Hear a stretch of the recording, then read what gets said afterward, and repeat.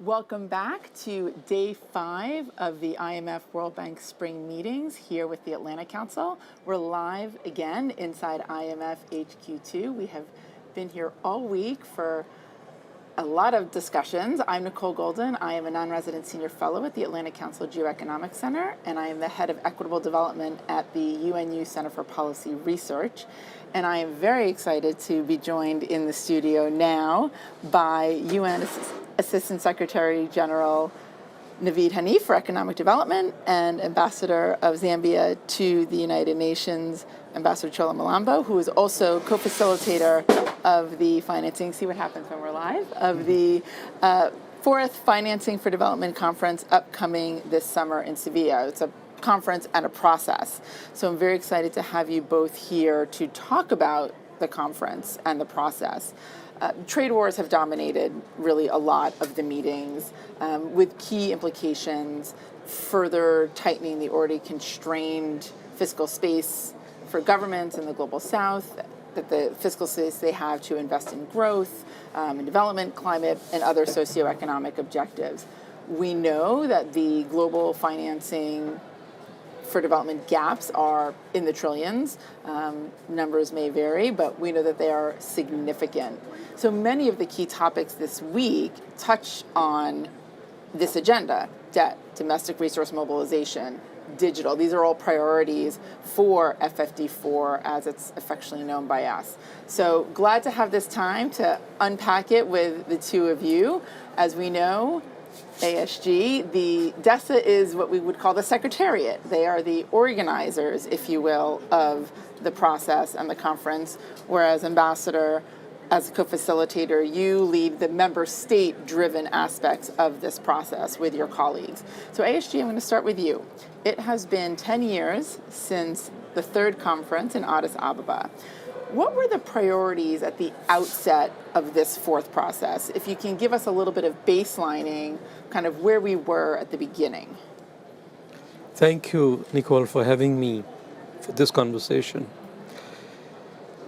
The primary objective when Addis Ababa agenda was adopted for financing for development was to finance the Sustainable Development Goals, which was an agenda meant to put the humanity on a path to sustainable development, end poverty and hunger, gender equality, provide health services, and make sure people have jobs and the planet is secure and safe for humanity.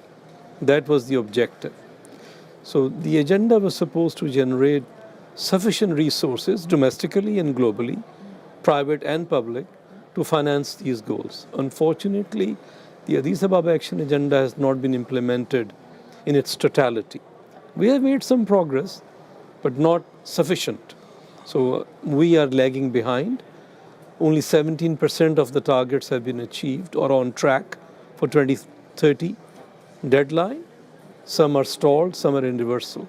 So the objective now is to accelerate actions on financing for development, which are critical because the gap range of estimates $4 to $7 trillion per year, which is huge. And countries are struggling to create fiscal space. They can invest in people, in ending poverty, in ending hunger, and providing young people opportunities to get employment, jobs. So I'm going to pick up on exactly that, Ambassador. Since what we call the zero draft, which was the initial draft of the outcome document for the conference itself, was released in January, we've since had the trade wars, the declining official development assistance, all the things that have been kind of on the forefront of people's minds this week as we've discussed these issues. So the ASG has kind of laid out where things were and the priorities. How have you seen, just given this change, just even dramatic change in these last few months, priorities, potentially positions shifting, given this new climate we're in? Well, firstly, let me thank you for inviting me for this conversation and just to be here with my brother, Navid. It's an honor. Well, I actually add additional context to what Navid has put forward, just to state the environment that we're in. Firstly, last year in September, member states came together and agreed upon a pact of the future. And that really sets the broad stage of just where we are. Of course, the pact of the future emerges from concerns that as the world is facing multiple and overlapping crises, the institutions that we have may not be really responding to the challenges that we have. As a result, we see some of the issues that Navid has pointed out, lagging in development, the SDGs are only 17% on track, and growing financing gap, among other things. So, as the UN is structured, human rights issues, peace and security issues, and sustainable development issues, and this conference follows through on the sustainable development component part of. So that's the much broader context. Indeed, in there, what you see is that from the time of the Pact of the Future, the time we released the first draft, zero draft, and to now, the landscape has changed. And it really speaks to the point that we have overlapping crises, and we need to respond to the situation that we're in. At the same time, the fundamentals remain of a concern, and the development, the need to accelerate the SDGs. So this conference is extremely important. The attention of member states remains zero focused on development. The attention towards the different geopolitical tensions. And if you look at the text, by the way, if you look at the text that we have in the draft, they speak to these very issues. The importance of having a rules-based system, the importance of having open trade, focusing on developmental issues. I think it just gives, the situation just gives the text a whole new flavor to it. But I think the first draft and the second draft we have on the table actually just speaks already to the issues that we more or less somewhat anticipated. So the context has changed, but the validity of the text has remained. The validity of the text has remained. And you started getting into it, but even in your last comments, but why is it so important that you're here this week? Why, come from New York to be here at the Springs meetings? And then ASG, I'm going to get your take on the same question. That's very good. I mean, firstly, to point out that the issues of economic development and financial issues are complementary between the UN and the international financial organizations, MDBs or IMF. So we have a complementary share. The SDGs, of course, is something that is very much pushed by member states at the UN. It's not necessarily a UN issue. It's a member states issue, the SDGs. At the same time, it's very much the same member states that you find here in Washington pushing the agenda of whether it's macroeconomic stability and growth at the IMF or whether it's long-term development at the World Bank. Fundamentally, very much the same, just complementary roles. However, it's not always that the conversation is in the same track. And this is where you hear there's a division sometimes between what we're discussing in New York and the sentiments that are placed here in Washington, D.C. And so we're the same member states coming from the same capitals. And so there is a deliberate effort to try and ensure that we really sync these conversations between New York and Washington. Basically, it reflects a need for stronger cooperation actually between the Ministries of Finance and the Ministry of Foreign Affairs. And so myself coming from the Ministry of Foreign Affairs, I'm interacting with various stakeholders here from the Ministry of Finance. As a matter of fact, just this week, we had a very good ministerial roundtable on financing for development, which was hosted by the host government, Spain, and also was co-hosted by the co-facilitators, the ministers from the co-facilitating countries. So there you have it, an instrument to bring together New York, Washington, Finance, and Ministry of Foreign Affairs to discuss this issue. We only have 10 weeks remaining. And it's important that we bring all the issues. We want to learn what the cutting-edge issues are in Washington. The IMFC just released the chairman's statement. It did. The Development Committee just had its discussions just yesterday. All these issues eventually, they gravitate into the FFD document. So a very good reason to be in Washington. And as a matter of fact, I must point out, I know Navid is going to go there. Next week, we expect representatives from Washington, D.C. to come to New York for our 4th PrepCom on FFD4, and also on the ECOSOC follow-up forum to engage on these very same issues. It's a statutory requirement on the part of ECOSOC and the World Bank and IMF to come and have consultations with permanent representatives. So that's a great segue into you, ASG. From your perspective as the organizers, you've been leading this, you've been doing this for some time. When you come here, why do you think it's so important that you're here, especially in the year of the FFD conference, which Yeah. First, and I think Ambassador Chola has framed it so nicely, but let me first say the uncertainty that we have witnessed in the last 2 weeks. Markets are jittery. We had to do downward revisions to economic growth prospects. And this is an opportunity for us to come to the World Bank and the IMF and collectively convey multilateral cooperation, multilateral solutions are the way to go to address uncertainty. And we are here to convey to the bank and the IMF, UN stands with you in conveying this clearly. All problems that we are confronted with require multilateral solutions, and multilateral institutions will provide the support needed, including to the Financing for Development Conference. So that's one clear objective. Second, Ambassador captured it so well, it's a sustainable development crisis. When you lose access to markets, developing countries rely for foreign exchange and growth on trade. So access to markets has gone, fiscal space shrunk, investment in development disappears. So we are here to tell financial officials it's a crisis where every citizen needs to be looked at. It's people who will suffer, who will lose jobs, families whose lives will be disrupted. Climate action will be delayed. So we are here to convey to finance decision makers. Lastly, Financing for Development Conference, Ambassador said, had already solutions proposed in the outcome document for multilateral cooperation in the area of taxation, trade, investment, domestic resource mobilization. And let me also convey that the conference acknowledges the system needs a reset. Yes. And that reset should be done multilaterally. UN acknowledges and proposes solutions. Every state has the right to bring their concerns, this multilateral platform in Seville, and launch a process of reset where system needs to be brought up to speed. It's 80 years old system. Yeah. It should reflect current realities and should be ready to deal with this world as it is. So that's the message we have brought here. FFD4 is perhaps the last opportunity before 2030 to fix these things. To fix these things and to make progress. Yeah. And I would think one of the other, elements, important elements of being here, as somebody that's only recently moved back to New York and having, been here for 15 years at these meetings, is one of the things that I think is really important about FFD, and you just hit on it as a process. Yes, it's member-driven. Yes, it's multilateral.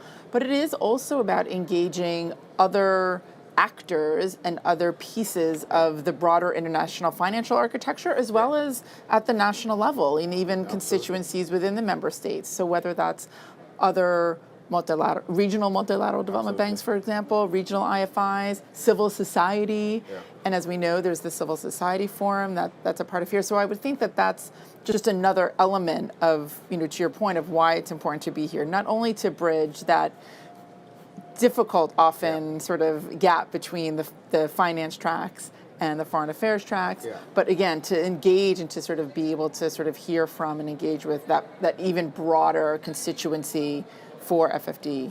I was just going to add to that point, and I think Navid touched on it indirectly.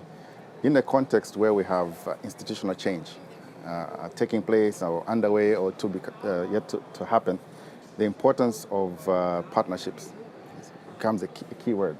The importance of partnerships, recognizing what our comparative strengths are as an institution, whether it's the UN, whether it's the World Bank, IMF, or MDBs, regional, CSOs and others. The importance is that if we have a shared goal and we have differentiated instruments to attend to that goal and differentiated strengths, I think we're better off working together. And so the importance of collaborating across New York and Washington becomes important, and with other MDBs, just to get the same goal. I mean, we only have 5 years remaining to 2030, and so we really need to put our best effort forward as various institutions within our designated mandates to get it done. Absolutely. So thank you for that. Navid, I want to come back to something you said, because I really appreciated that you brought it back to the individual. to the humanity and to people's lives and livelihoods. So we know the official theme of the spring meetings is jobs. And I'm curious, I mean, I've been obviously following FFD, and I see how prominent jobs is in the current draft of the document, in the negotiations. So I'm curious how, what you've been hearing, what you were sort of looking for as far as the jobs agenda in relation to sort of FFD and financing for development more broadly. Jobs are not only about getting income, it's about dignity. And individuals standing in a society is determined by a job. Individuals' mental condition is affected if they don't have jobs. So we look at jobs as social issue, as economic imperative, and a need. 1.2 billion people in the next decade will enter the job market, and only 420 million jobs are available. And as I say, that Look math does not add up. Yeah, they don't add up, and we don't want our youth aimless, jobless, and without prospects. So this document, and the micro, medium, and small enterprises are the lead job creators. So this document that the ambassador is leading has very specific provisions, for instance, targeted access to finance for micro, small, and medium enterprises. Second, and this is where we have been building a very strong case that you can't just expect that the finance will flow where job creation has to happen. So you need to have very well designed instruments which are meant for creating jobs for women, marginalized groups, so they are not left behind in the job markets. And then labor markets also need to be fixed. And this document offers ideas. How do you make sure the labor market is designed to go through digital transition, energy transition, green growth? All of these subjects are covered from the financing angle. So these are areas, and we think job creation, and I want to commend President Ajay Banga of the World Bank, declaring job creation as a North Star for World Bank's work, and UN fully supports that objective. It's so important. I'm so glad you brought up the digital piece, because I had a conversation yesterday with Jayla from the IMF and Pablo from the World Bank, and we were talking about domestic resource mobilization, which is obviously another priority in the FFD4, and the jobs linkage to that. And they also brought up the digital piece, and I'm curious, that is another AI digital transformation has been a well-trod territory here this week, but it's also, again, a prominent aspect of the document. So what do how does that resonate with the member states? Why do you think that's so critical to the conversation and to the outcomes? Yeah, I mean, firstly, again, going back to the Pact of the Future, annexed to the Pact of the Future was the Global Digital Compact. Zambia, myself, together with my counterpart from Sweden, we co-facilitated that process. It was a negotiated document as well, recognizing that the world was changing rapidly, and that there was need to harness not just the opportunities that rapid transformation was presenting to us, but also address any concerns around the risks. So I think the digital transformation that is actually rapidly moving ahead is an opportunity to enhance revenues. There are ways in which you can increase your domestic resource mobilization while living in a context where official development assistance is declining, and so the need to raise domestic revenues is much stronger. So the issues would be, okay, what are the ways through which you can raise domestic resources? One of them is to collect more from your existing base, and you could do that by improving your tax efficiency through digitalization, better identification of taxpayers, better extraction of revenues, just a greater efficiency in the way you collect what you need to collect. Again, digitalization has the other aspect of creating a whole new digital economy, right? And for Zambia, we had growth of about 4% plus last year, despite having a severe drought. And the largest sector that contributed was the ICT sector, which was about 18% growth last year. So it creates a new tax base. Yeah. It can help you collect revenue from the existing tax base as well. So that component becomes really important for developing countries as a whole. And it's also, I mean, just going back to I think you mentioned, Navid, the financial inclusion as another component of this, and we're seeing how the digital financial services are, just a huge element of not only individuals, but also governments being able to sort of better serve and create better, faster, safer payment systems and all that. So it's all linked, and it's all, part of the outcome and part of the agenda. Want to pick up on something that you said about, this conversation around economic development cooperation and multilateralism. It's something that, my colleagues, we look at CPR, look at more broadly. You talked about, obviously the Pact for the Future, how that was negotiated, and that's a model. I'm curious, as you've been leading this process, as you've been involved in these processes, what do you see potentially in the FFD4 as a process, as a kind of, learnings about kind of just multilateralism and creating, cooperative economic governance that can potentially be applied elsewhere? Who wants to start on that one? I can start on that. All right. Well, we're living in a very interesting time, whereby what was once considered static is changing. All right. As a matter of fact, generally, a world goes through with core parameters, stable institutions, a certain rate of a steady policy environment, a steady rate in technological growth, fewer climatic impacts. But now we're entering a phase where all those so-called parameters, water parameters, are now becoming variables, right? And that requires us to rethink the way we operate. That is at the core of the issue here. But it requires that we work together. No single country, no matter how large, can address many of these issues because these are cross-border issues. Whether it's climate, whether it's migration, whether it's movement of illicit financial flows, these are matters that we must work together on. Digitalization, all these are cross-border issues that we must work together on. So the call for multilateralism now is actually stronger than ever before. The question is whether we're going to answer the doorbell, right? That is the issue here. For small countries, it's fundamental. It's really fundamental.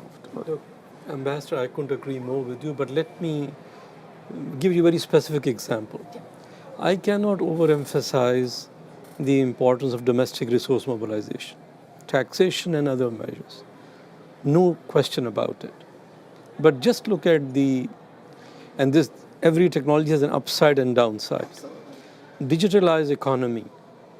No country, rich or poor, can raise revenue without international tax cooperation. And I'll give you a very concrete example. Platform-based economics, platform-based activity, transactions, unless we call in technical terms the resident state where the company is based, unless they cooperate, the jurisdiction where the profits are being generated cannot tax them.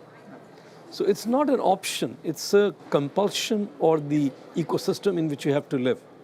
So global cooperation is not a choice, it's an imperative.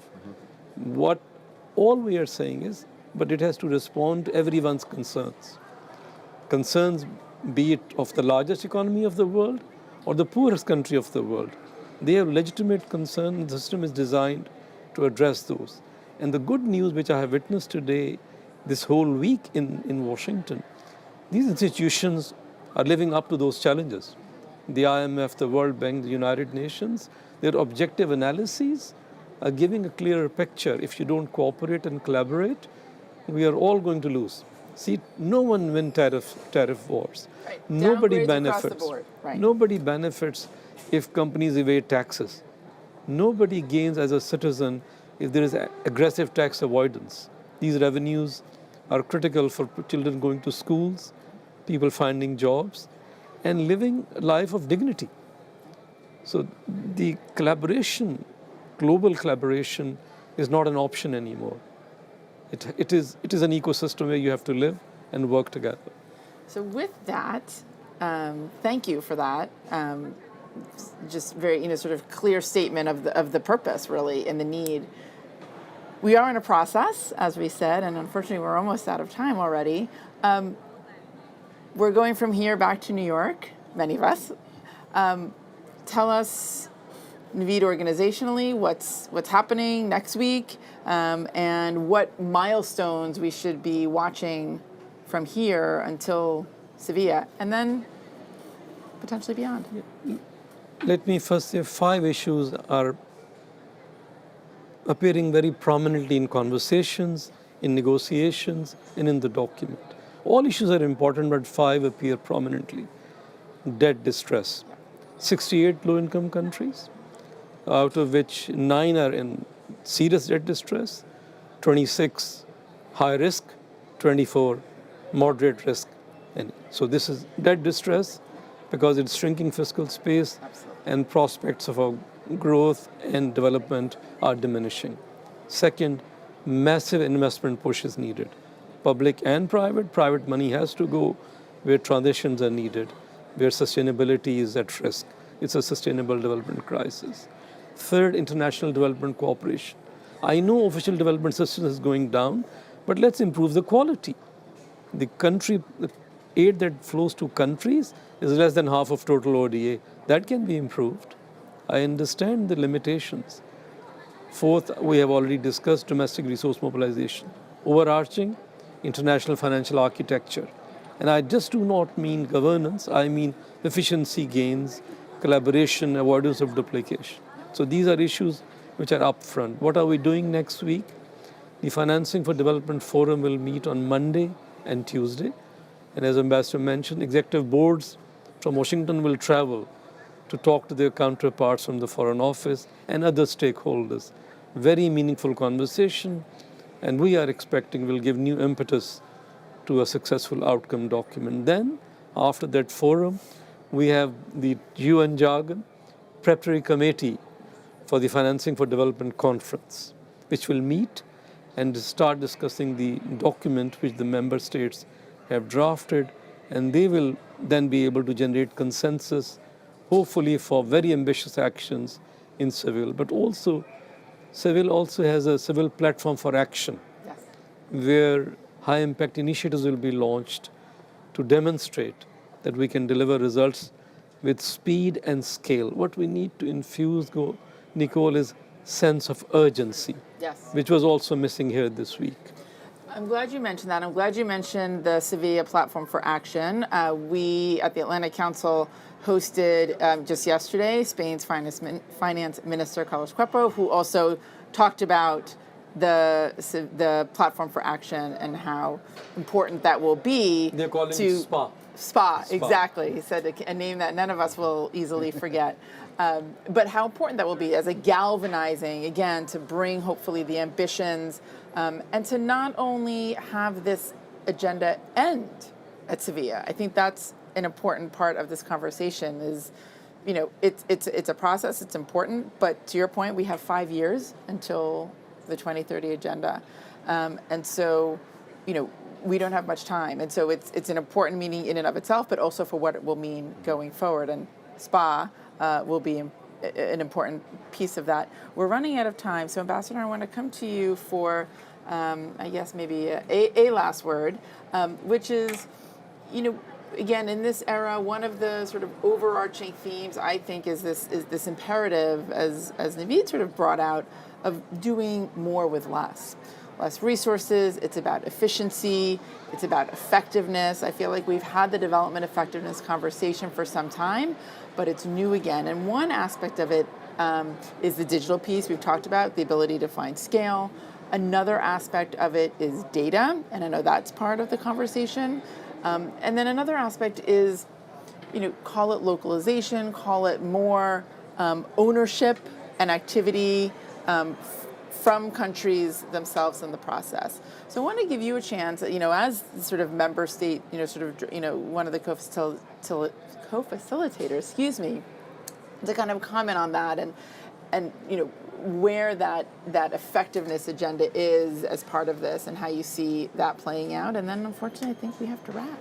Yeah, well, thank you so much. Firstly, we think that the issue of international development cooperation is an issue of solidarity. All right. Firstly, we have to remind ourselves that we all committed to this Sustainable Development Goals, and we would do what it would take to get them achieved. And so in the process, countries have gotten left behind, so to say, and bringing everybody on board has to be a collective effort. And we talked about the importance of multilateralism already. And so doing more with less, it calls on member states to firstly understand the landscape that has changed. I think we cannot do business as usual. And I think from the spring meetings, member states are very much aware in the developing world that the landscape is changing. And therefore, the question therefore is, what do you do about it? Already the UN has got UN 80 initiative, which is re-examining itself and seeing what changes. I think the member states need to do something very similar, which will identify the landscapes, the advantages that they have, and the challenges that they face. Many developing countries, we hold a lot of assets. Critical minerals, our natural resources, those are the core issues that we need to start focusing on. How do we extract more from what we already have? How do you collateralize many of those issues? So, yes, we need to call for development effectiveness, more efficiency in the way cooperating partners are more or less arranged, and so that we can attain the SDGs that we're all pushing for. Just to close out, a couple of things that must happen to your previous question. Developing countries are looking for at least 3 things at the minimum. Number one, there has to be impact, the investment we spoke about. There has to be a scale up. Where's the money? A scale in the financing. 2, we need a more resilient financial architecture so that when we're hit with shocks, we don't lose too many, don't lose the gains. 3, we need to ensure that we are working together with the multilateral system. And it's not just about getting a document done, it's about implementing that document. And the issue of the SPA now becomes really important. I just want us to maintain the same momentum that we're galvanizing around the document right now to see it through to the post-Spain framework, meaning that we need mechanisms, immediate mechanisms to implement what we need to implement. And thank you so much. Thank you. Well, that is an optimistic note to end on, and we could continue to talk continuously, but we must get you gentlemen back to New York as well. So thank you very much for joining me for this conversation. I will be back, speaking of implementation and the importance of it, I will be back here at 3 o'clock shortly to speak with Christina Damkier. She is the Deputy Executive Director of UN Ops, and that'll be a really great conversation on impactful implementation. So I hope you'll join me back there. Thank you.